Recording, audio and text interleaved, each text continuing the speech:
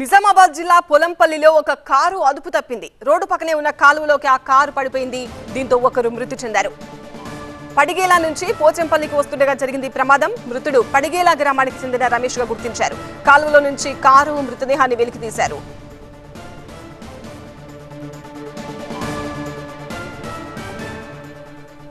మనం విజువల్స్ లో చూడొచ్చు. నిజామాబాద్ జిల్లా పొలంపల్లిలో అదుపు తప్పి కారు రోడ్డు పక్కనే ఉన్న ఒక కాలువలో పడిపోయింది.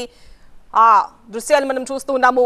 మొత్తం కారుతో సహా ఆ వ్యక్తి పక్కనే ఉన్న కాలువలో పడిపోయాడు. అక్కడికక్కడే మృతి చెందాడు కారులో ఉన్న వ్యక్తి. పడిగేలా నుంచి పోచంపల్లికి వస్తుండగా జరిగింది ఈ ప్రమాదం.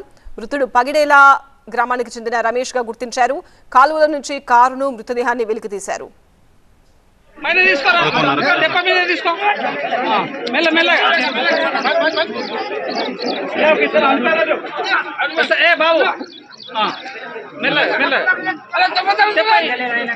అన్న నీళ్ళ మీద